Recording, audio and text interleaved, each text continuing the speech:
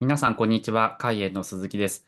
今日の海援特別セミナーは、AI に発達障害、そしてニューロダイバーシティを語ってもらおうというテーマです。生成 AI、1年、2年と、誕生から、進化が凄まじくですね、海援の事業でも様々に活用しています。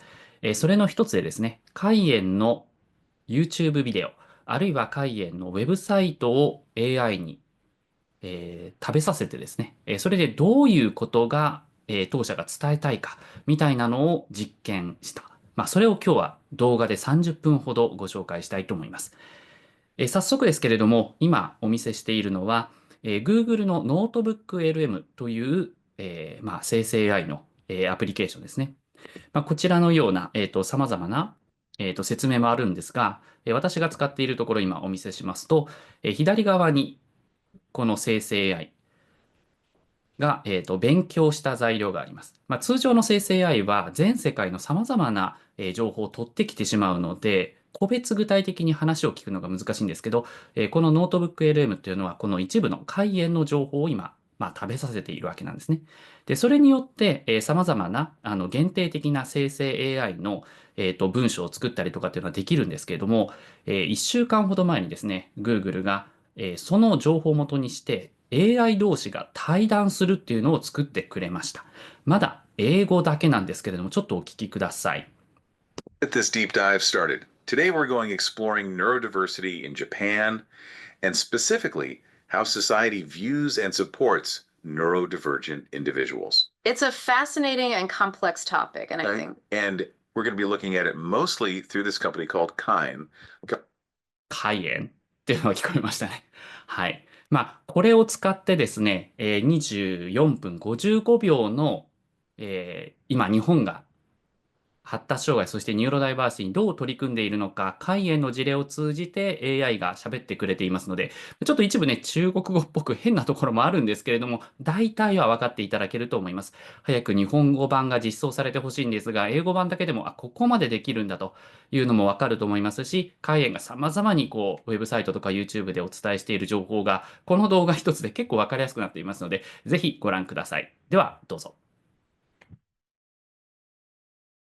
All right, let's get this deep dive started. Today we're going exploring neurodiversity in Japan and specifically how society views and supports neurodivergent individuals. it's a fascinating and complex topic, and I Okay. think And we're going to be looking at it mostly through this company called Kine, a company that's dedicated to empowering these folks. yeah, their work is really interesting. We've got a bunch of YouTube videos from their channel, some articles from their website, Mhm. and even a bit of external research that's mentioned in those videos. So by the end of this, you should have a good You'll have a much better grasp of what challenges and opportunities neurodivergent people in Japan are up against, and also get a sense of how things are changing in terms of perceptions and support systems. I think Kyan's work is especially interesting because they're tackling this from a bunch of different angles. Yeah, for sure. They're addressing social stigma, but also Oh, and one thing that really caught my eye was this analogy they used in one of their videos. Uh, it's called let me see, do to see it all here. See, Red, usually, essentially, sorry. Way do you say of Kayan it's Kainji? okay. They talk about the ugly duckling, and it makes you think about the pressure to conform in Japanese society. It's such a powerful analogy because it really illustrates how those pressures can lead to what we call secondary disabilities. Wait, hold on. Secondary disabilities, what does that mean? Yeah, so think of it like this. Someone might have, let's say, autism or ADHD, right? Yeah. It's a primary disability. But then, because society isn't really set up to support them, they might end up developing other problems like anxiety or depression.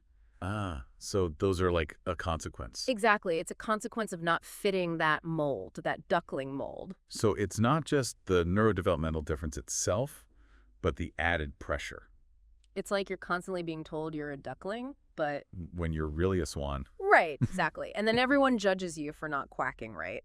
Makes total sense. So, okay, let's get into Cayenne specifically. Right. They have this website. It's Food Cayenne Su Wuchi Wifi. It's Chuki Wami Yokai Naki Funko. Yeah. It lays out their mission and their work really clearly. And what they're doing is amazing. They're providing tons of services, everything from job training to like independent living support. It's all geared toward helping them thrive. Exactly. Not just survive, but actually thrive. And they're not just like a tiny local group or something. Oh, no, not at all. I think on their website. They're all over Japan. Yeah, and I think their website, Chushke, says they've helped over 2,000 people find good jobs. Yeah, over 2,000 people through their programs. And that's a huge number. They've even got that specialized program, right? Yeah, for students. For students. And then there's that church platform, too. Right, which is all online. So they're really trying to make these services accessible to like a really wide range of people. That's amazing. But it brings up kind of a tricky topic, which is the financial reality Right.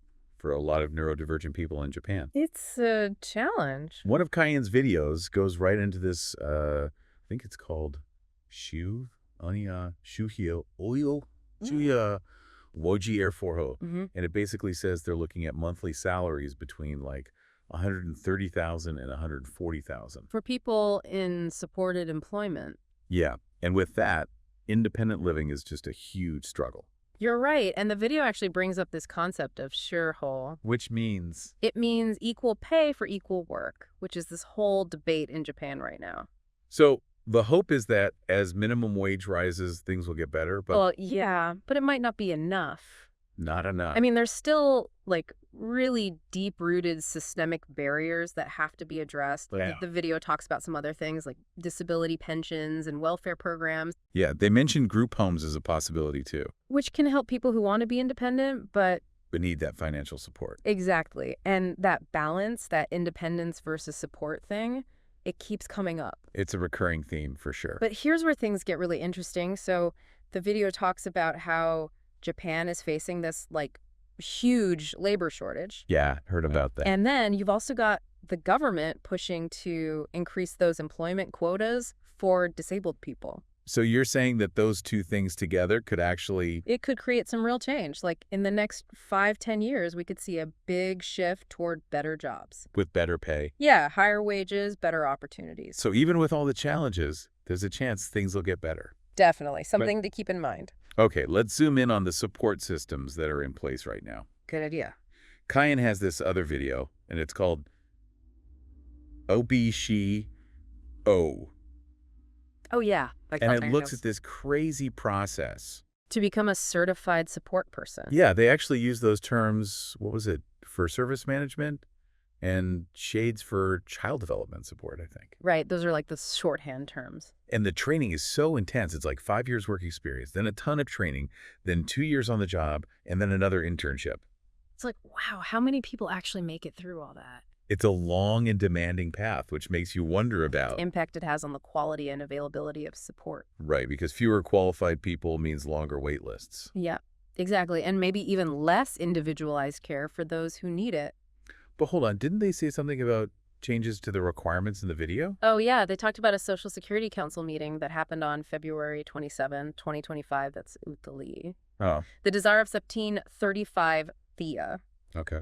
And they suggested easing up on some of those requirements because of how COVID messed with training availability. So the pandemic might actually lead to more support professionals being available. It's like sometimes those disruptions force systems to change and adapt, and that could be a really positive outcome. Okay, I want to shift gears now and talk about something I think you'll find really interesting. It's the science side of neurodiversity. Cool. Yeah. This video is called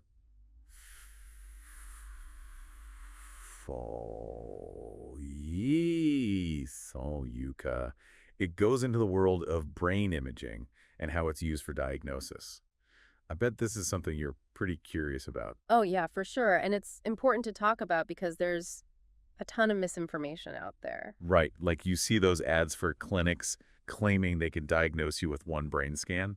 Oh, absolutely. And And the video calls that out. it's simply not true. It's just a way to exploit people. Yeah, it's unethical. But the interesting thing is that brain imaging does play a huge role, but it's not about... It's not that simple. It's not like they look at your brain and say, boom, you have this. Right. It's more like a really powerful research tool. A way to understand how brains are different. Exactly, like how they work differently in neurodivergent people. It's about seeing those patterns and differences. And this research is already having a big impact. Like, it's helping debunk this old idea that blames parents. Oh, right. That it's the parents' fault. Yeah, or their upbringing Yeah. for these conditions. Yeah. We can see the neurological differences in brain scans. So it's taking the blame away from the families. Absolutely. It's recognizing these are just variations in brain development, not because someone did something wrong. That's huge. It really changes how we think about it. It shifts the conversation from blame to understanding. To acceptance. Yeah, exactly. And there's one cool example in the video about research on visual processing in autistic people. Okay. Scientists have actually found clear differences in how their brains handle visual information. So that helps with developing better support. Right. Yeah, it's like having a user manual for the brain. But of course, we got to remember research is about averages and trends. It doesn't mean every single person will be exactly the same. Right, because everyone's still an individual. Okay. So we can't overgeneralize. But we can use this research to ask better questions and come up with more effective ways to support people. That makes a lot of sense. Okay, now there's this other area where our understanding is really evolving, and it's the connection between neurodiversity and being gifted. Oh, yeah, that's fascinating. There's this video, Hey, Yoyin Dare You Sure Quite let's see. does that. There looks at this, Uh-uh. and it talks about Tana, which is just the Japanese word for gifted. But it's not a medical diagnosis or anything. No, it's more like recognizing exceptional abilities, and it seems like it overlaps a lot with neurodiversity. Yeah, which brings up this really important concept called twice exceptional, or 2E. That's that. So these are people who are both gifted and have a developmental disability. Wow, so it's complex Very complex because they might be masking their struggles. because they're so good at other things. Right, their giftedness kind of overshadows their need for support. So they fly under the radar. And the video mentions that even Japan's Ministry of Education, the Hosuri, Yeah. is starting to look into this more and figure out better ways to support these students. Makes sense because if you don't identify their needs, you can't give them the right kind of support. Imagine a student who's like amazing verbally, Okay. but has really severe sensory sensitivities, or seisui, as they say in Japanese. So they're excelling in class, but But they're silently struggling with all the noise, the lights, even textures. which can lead to burnout. Yeah, it's exhausting. Like, they're always on high alert. And that's why this idea of personalized support or espressione is so important. Right, it's recognizing that each person has their own unique strengths and challenges, and then tailoring the support. To their specific needs. Exactly. Thinking about how much our understanding of neurodiversity has changed in recent years. Yeah, it's amazing. It's not about fitting people into these neat little boxes anymore. We're starting to see the complexity. It's about the individual, their individual needs. And Kayan's work really shows that. They're not just about getting people jobs, it's about helping them find fulfilling careers. That they're actually passionate about. Yeah, match their strengths and passions, yeah. And that's actually where we'll pick up in the next part of our deep dive. We'll look at how Kayan is trying to create a more inclusive work environment for neurodivergent folks. Awesome. Looking forward to it. Welcome back. Before we move on to how Kayan is working with employers, I want to go back to something we talked about before. Okay. That idea of masking, Right. especially for people who are twice exceptional. Yeah, we did mention it, but I think it deserves a deeper dive. For sure. Can you explain exactly what masking is? Okay, so masking is basically when you hide or suppress your neurodivergent traits to try and fit in. Fit in with everyone else? Right. It could be things like forcing eye contact when it's really uncomfortable, or copying social behaviors. Which don't come naturally. Yeah, or even holding back those stimming behaviors that help some people regulate their sensory input. That sounds so exhausting. Oh, it is, incredibly so. Yeah. And for gifted people who are often good at observing and adapting to social cues, masking can become like second nature. It's like they're always camouflaging themselves. Right, blending in. So they're presenting this version of themselves that they think is more acceptable. Even if it's not really them. Yeah. And while it might help them navigate certain situations, the long-term cost is huge. You're talking anxiety, depression, All of that exhaustion, even physical health problems, it's like living a double life. always having to be someone you're not. Right, it's not sustainable. It makes you think about how important it is to create environments where people feel safe being themselves. Yeah, where they can be authentic without needing to mask. Absolutely. Speaking of well-being, I saw this really practical video from Kayan. Which one? It's called ADHD NR. Oh, yeah, that one's about helping people with ADHD who struggle with organization and clutter. I love that they're getting into these everyday challenges. Yeah, it's so important. Because so many people with ADHD struggle with this stuff, and like the traditional methods don't work, They don't address the root of the problem, which is executive function difficulties. right. The expert in the video, she's like a pro organizer who works with ADHD clients, and she really emphasizes that point Yeah, she talks about creating systems that work with their strengths. instead of against them. Exactly. It's about understanding how their brains work. So like breaking down tasks into smaller chunks. That can be super helpful for avoiding that feeling of overwhelm and just getting started. Makes sense. They also mentioned visual aids, Oh, yeah, like color coding or using sticky notes. which is perfect for people who have trouble with working memory. It's like you're creating an external support system for their brain. It makes organization so much easier. Right, and this all just reinforces this idea that there's no one-size-fits-all approach. When it comes to supporting neurodiversity, No, what works for one person might not work for another. it's about finding what works for you. Exactly, and it's about empowering individuals to understand themselves better. And it's about providing that support throughout their life. Yeah, especially during those big transitions. Like, say, starting college. Right. Cayenne has this video called 2020 Tourists. Cayenne has this video called 2020 Tour. 2A that looks at this. Higher education for neurodivergent students. It highlights how tough the Japanese education system can be for these students. Yeah, and that can lead to all sorts of problems, not just academically, but socially and emotionally too.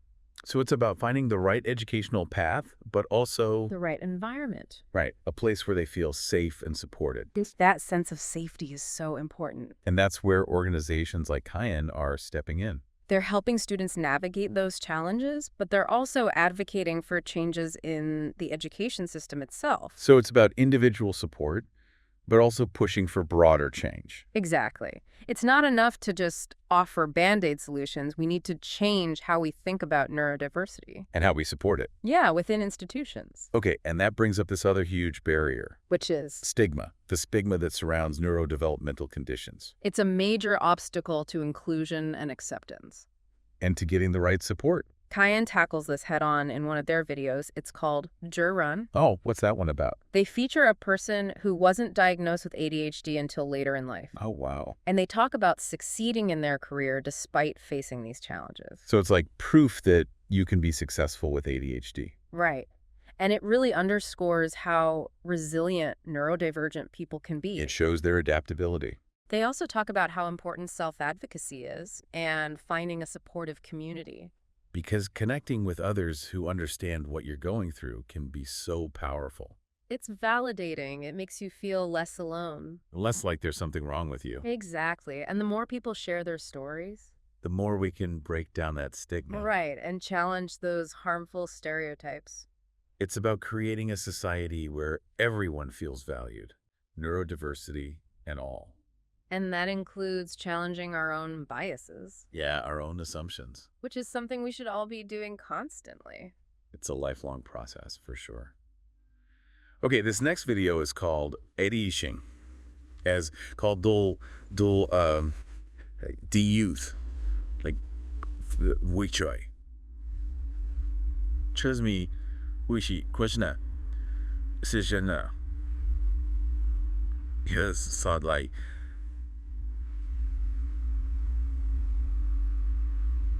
This月Sena Holish, which there have been Sifini bike and grey John Dicentiana. Okay, what's that one about? I think it's a must-watch for anyone who wants to understand how neurodiversity affects families. That's a great one. The expert is a psychiatrist who specializes in these conditions. Mm-hmm. And he talks about how ADHD is often overlooked, especially in girls and women. So many people are struggling without even realizing it. And that can have such a big impact on relationships. On families. Yeah. He also talks about the overdiagnosis of autism. Oh, right. So you could end up getting Inappropriate interventions. or a label that doesn't actually fit. Exactly. So it's about finding that balance. Making sure people get the support they need. But also avoiding unnecessary labels. And maybe even harmful interventions. Right. And then he goes into this concept of, Cassandra. yeah, it's a term for the strain that partners of people with ADHD experience. Oh, wow. It's often overlooked. It's not just about the individual. Right. The impact on the partner can be huge. It affects the whole family. And the video also talks about the challenges of being a teenager with these conditions, Oh, yeah. That's a tough time for everyone. especially with all the hormonal changes and social pressures. It can really amplify existing difficulties. So having that ongoing support and understanding is crucial. Absolutely. It's about creating an environment where they feel safe to explore who they are. Without having to mask or suppress their true selves. Right. Exactly. Okay, I know we're focusing on Japan, but these conversations are happening everywhere, right? Oh, definitely. It's a global thing. And part of that is looking at financial support systems. Cayenne has this video. Claim 2, Archie is overweight. You don't pull Sue you some way. You're onward over what winking him. Okay, so that one's about, It's about these big changes that are being proposed to Japan's disability pension system. oh, wow, that's a big deal. The expert, he's a professor who studies Social Security policy, and he walks through all these complexities of the system. Trying to make sure it's fair for everyone. It seems like there are a lot of perspectives to consider. Yeah, they talk about the concerns of people with disabilities, their families, advocacy groups, the government. So finding the right balance is going to be tough. It's definitely a nuanced issue. It'll be interesting to see how it all plays out. Yeah, what impact these reforms actually have. Okay, let's shift gears a bit and talk about this video called One Kesoi Mije. Sia Hoan Yula Win. Shun Yo Wan. Hey Sui Hang Yo. Shun Chi Hung Ori. Shun Kwai Shou Jong Chi Od Mall. Shun Mong Yi Win. Shun Yi Fon Shun Cheng. 18 Tinai Ho. 5/7. Tell Away. It looks at the potential for individuals with developmental disabilities, but like long-term potential. Oh, that's a good one. The expert, he's a physician and professor, he really emphasizes that these conditions are lifelong, Mm-hmm. but with the right support, people can still achieve fulfilling lives. He's talking about hope. Yeah, exactly. It's so important for families to hear that. He talks about how important early intervention is. Right, but also fostering resilience, And a sense of agency. empowering them to advocate for themselves. To be in control of their own care. It's not about fixing them, it's about giving them the tools to thrive. To be themselves. Exactly. And he also points out the role of supportive adults outside the family. Like mentors or therapists? Yeah, teachers, anyone who can offer guidance and encouragement. It's about building that network of support. It takes a village. It really does. So this brings up a really important question. What more can WE do to create those inclusive environments? Where everyone can thrive, neurodivergent or not. Exactly. That's the big question. We've covered so much ground in this deep dive, It's a complex topic. but it's clear that the conversation isn't over. Not at all. We can always learn more, advocate more, And keep building a world where neurodiversity is celebrated. not just tolerated. Celebrated, yeah. And Cayenne's work is such a great example of what's possible. They're really pushing boundaries Their website and YouTube channel are full of great info. for anyone who wants to learn more. And for those who are neurodivergent or have loved ones who are, You're not alone. there are communities, resources Organizations like Cayenne dedicated to helping you to navigate those challenges. and to embrace those strengths. This deep dive has shown us that understanding neurodiversity is a journey. It's not a destination, it's a process. It's about asking questions, challenging those assumptions, and advocating for a more inclusive world. And supporting those organizations and individuals who are making a difference. Absolutely. I think if there's one thing we can take away from this deep dive, It's that embracing diversity, all kinds of diversity, makes us stronger, more connected. richer. And that's where we'll pick up in the final part of our deep dive. We're going to look at how Cayenne is working to change the employment landscape for neurodivergent individuals in Japan. Can't wait. Welcome back. We've spent this deep dive exploring the world of neurodiversity in Japan, especially how society views and supports neurodivergent folks. And how those perceptions and support systems are changing Right, exactly. And Kayan's work has been like a constant thread throughout this whole conversation. Yeah, they're doing some really innovative stuff. So for this last part, let's focus on how they're tackling the whole employment thing, Okay, sounds good. helping to create workplaces that are more inclusive. This is really where their impact is most obvious, I think. They're not just trying to get people any job. Right, it's not just about filling a quota, It's about finding the right fit for each person. something they'll actually enjoy. Something that matches their strengths, their passions. It's about empowerment. Not just employment, yeah. Exactly. I remember reading this story about a guy who got a job as a video game tester through Kai. Oh, cool. And his attention to detail, his ability to hyper-focus, which are often seen as problems, Right, in a traditional work setting. became huge assets in this role. It's like turning those perceived weaknesses into strengths. It's all about perspective. That's what I love about neurodiversity. It's recognizing that there's this huge range of talents and abilities. And creating environments where those differences are valued, celebrated even. Exactly. So how's CAN actually doing this? Are they just working with the individuals or are they working with employers too? They're doing both, actually. I- They help people get ready for jobs, find jobs, but they also work with employers directly to make those workplaces more neurodiversity friendly. So what does that look like? What are they actually doing with these employers? Well, they offer training and consultations, helping companies understand the needs of neurodivergent employees. Right. And then they work with them to develop inclusive policies. Like from the hiring process to the day-to-day work environment. Exactly. It's about making those adaptations. So it's really a two-way street. It is. It benefits everyone. It's a win-win. The individual gets a job that suits them, and the employer gains a valuable employee. Who brings a fresh perspective? This deep dive has been amazing. It really has. You've gone deep into the challenges, but also the incredible potential within the neurodivergent community. We've seen how perceptions are changing, how science is helping us understand things better, and how organizations like Kayan are making a real difference. And it's clear that this is just the beginning. Oh yeah, the conversation is far from over. We've got to keep asking questions, challenging assumptions, Keep learning, keep advocating. for a world that embraces neurodiversity in all its forms. Exactly. And if there's one big takeaway from all of this, What would it be? I think it's that embracing diversity, any kind of diversity, makes us richer, Stronger. more connected. Well said. Thanks for joining us on this deep dive into neurodiversity in Japan. It's been a pleasure. We hope you've learned something, maybe felt inspired. Yeah, and remember, this is just the start of the conversation. Keep exploring, keep advocating, and keep believing in a world where everyone can truly shine. Absolutely.